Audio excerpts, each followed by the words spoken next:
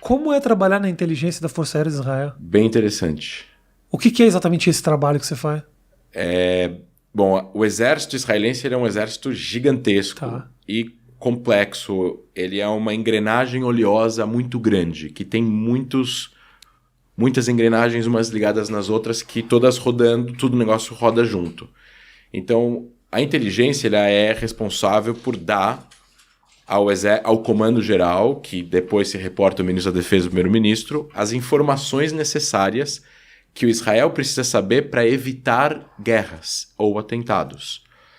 Israel não tem uma estratégia agressiva, ela tem uma estratégia, apesar das muitas pessoas acharem o contrário, pela forma como elas veem na televisão, a estratégia israelense é não entrar em conflito armado, custe o que custar, por causa do tamanho do território, porque vai morrer gente, porque custa muito dinheiro, porque a estratégia é a paz entre os países, ou seja, ser reconhecido pela maior quantidade de países, isso desde a fundação do Estado. Só que a tática de Israel, ela é ofensiva, ou seja, a porrada é forte. O que significa isso? Se for forçado a entrar num conflito, o mais rápido possível esse conflito precisa terminar. E para o conflito terminar o mais rápido possível, você precisa desnortear o outro lado. E para você desnortear o outro lado, você precisa dar uma porrada muito forte para ele rapidamente querer chegar já num cessar-fogo. Perfeito. Agora... E a inteligência, ela é responsável por dar as informações. Vai ter guerra, não vai ter guerra? E se tiver guerra, aonde são os alvos? Você quer dizer que então a impressão, que é uma impressão comum de que Israel é bélico pra caramba e vai pro conflito e gosta de uma treta, é uma impressão equivocada que você tem? Ele sabe entrar em tretas, mas ele não gosta de entrar em tretas. Perfeito. E se você fosse colocar no jargão que você usou, é mais ou menos isso. A estratégia é defensiva, a tática é ofensiva. É tipo o lutador de MMA na balada. Ele vai evitar a briga até o último momento, porque ele sabe que ele pode fazer estrago. Exatamente. Mas quando ele entra, o segurança tem que sair da frente. Exatamente. Entendi, perfeito. Exatamente. Você acha que a impressão, a leitura que o mundo tem de Israel, ela é equivocada? Porque o Israel também não faz o melhor dos marketings possível também, né? Não. A impressão que o mundo tem de Israel também é um pouco de culpa da maneira que Israel se vende. Mas qual país que tem uma situação bélica complexa sabe fazer esse tipo de propaganda ou marketing? Eu acho que os Estados Unidos fazem um bom trabalho. Mas não na guerra, eles fazem no resto. Isso. É Hollywood, é Nova York, é Miami. Mas o Hollywood acaba falando um pouco desses temas. Mas não é uma coisa não leva a outra. Não é que o cara de Hollywood decide fazer mais um filme para poder salvar a pele da imagem do soldado americano que fez merda. Não. É uma coisa que acaba acontecendo por causa do show. Sim. E é um país muito grande. Eu acho que o fato, assim, exércitos não sabem fazer marketing. Exércitos sabem lutar guerras e defender territórios, né?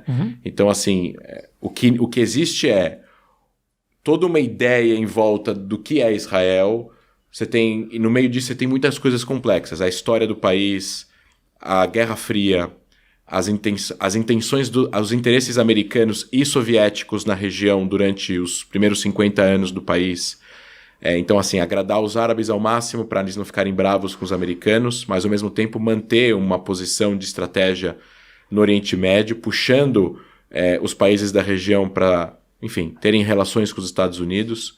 Ao mesmo tempo, aceitar a ideia de que é uma justiça histórica que Israel, como Estado do povo judeu, possa existir, independentemente de ser a favor também que os palestinos tenham o seu Estado. Mas como o problema já começa lá de trás, com os refugiados e com a massa de manobra que os refugiados palestinos foram nas mãos dos países árabes, tudo isso fica muito complexo depois. Então aí você entra com a mídia, você entra com os interesses soviéticos, você entra com as resoluções da ONU, com as organizações multilaterais, e aí acaba o que está acontecendo. Nos países democráticos, onde você tem uma imprensa livre, é normal a imprensa, de uma certa forma, tentar dar mais foco para o mais vulnerável.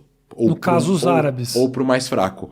Se você colocar os árabes, eles não são mais fracos, eles são mais fortes. E no início, 48, a Guerra de 56, a Guerra dos 6 Dias, 67, a Guerra de Yom Kippur, os árabes eram mais fortes. Eles tinham mais armas, mais soldados, mais dinheiro, mais território, mais tudo. Então, a opinião pública mundial estava do lado de Israel.